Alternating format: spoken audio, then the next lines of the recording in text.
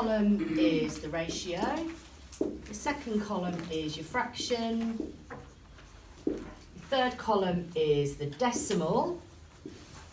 Okay, and your last column is the simplified ratio.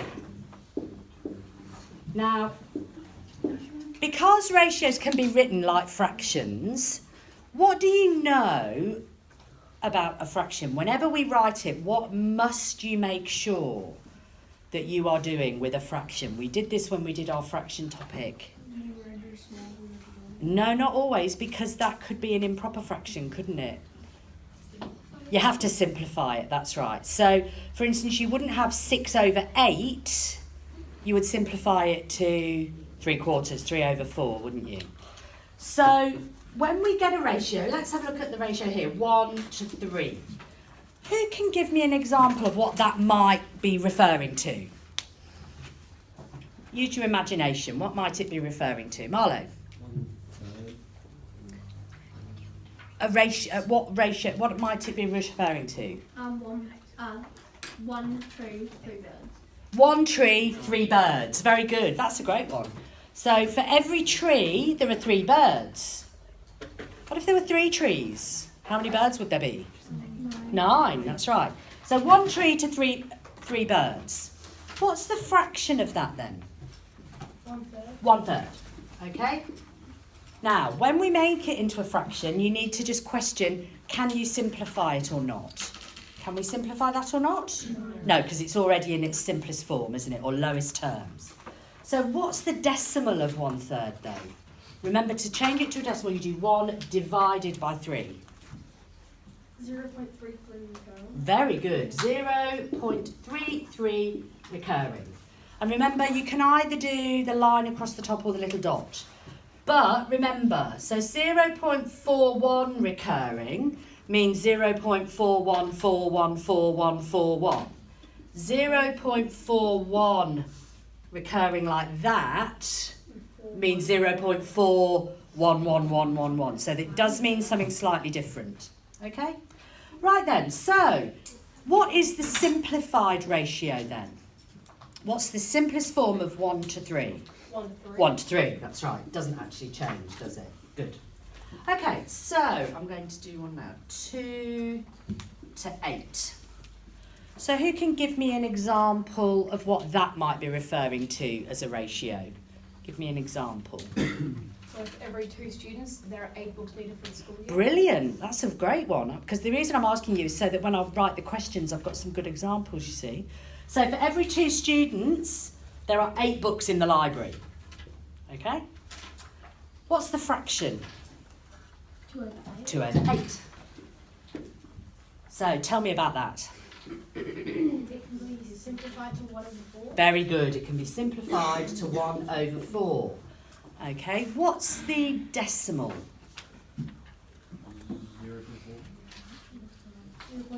0.25. 0.25. Well done. 0.25. To find the decimal, Marlo, you do 1 divided by 4. So you can use your calculator if you need to. So, the great thing about writing it as a fraction and then simplifying it is that you've actually already done this bit now. So what is 2 to 8 as a simplified ratio? 1 to 4. Well done. Okay. 5 to 1. Okay. Someone give me an example of what that might be? Molly? 5 animals, 1 owner.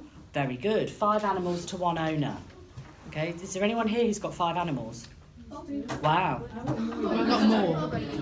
Got more than 5? Wow. You just have to double Do you live that. in a zoo? Okay, so what is then, what is the fraction that is related to the ratio 5 to 1?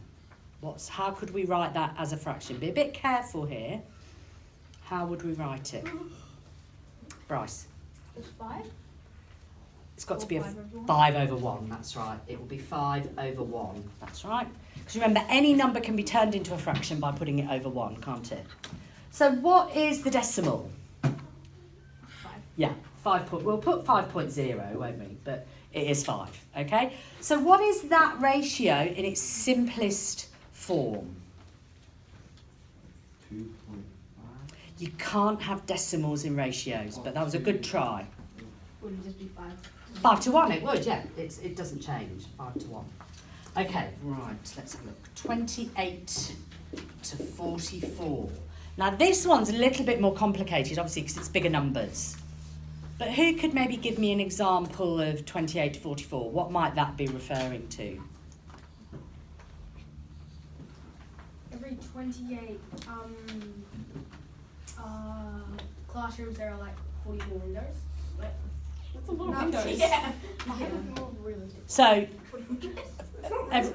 how about for every 28 tables, there are 43 chairs? Right, okay. So for every 28 tables, there are 44 chairs. So how would I write that as a fraction? 28 over 44, well done. 28 over 44.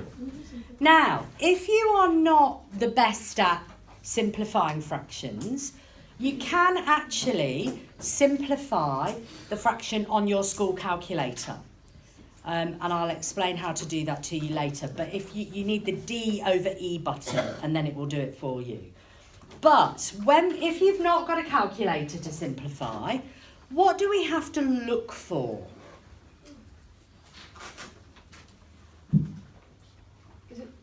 It begins with an H, a C, and an F. The highest common factor, that's right. So that means the biggest number that divides into 28 and divides into 44. So what is the biggest number that divides into 28 and 44? What is the highest common factor? 4. So 28 divided by 4 is 7. 44 divided by 4 is 11. So 28, 7, 11. 28 over 44 is simplified to 7 over 11. Now, how would you change that to a decimal? Molly? Divide 7 by Yeah, you do 7 divided by 11. So can someone do that on their calculator for me? 7 divided by 11. I did tell you to bring your calculators to class. 7 divided by 11. 0.63636. It'd be. Yeah, so 0.63 recurring. Oh no, but it ends on a 6. 4, it all, 4. because it rounds it, the last one. Your calculator will round the last digit, that's why. It is 6-3 recurring.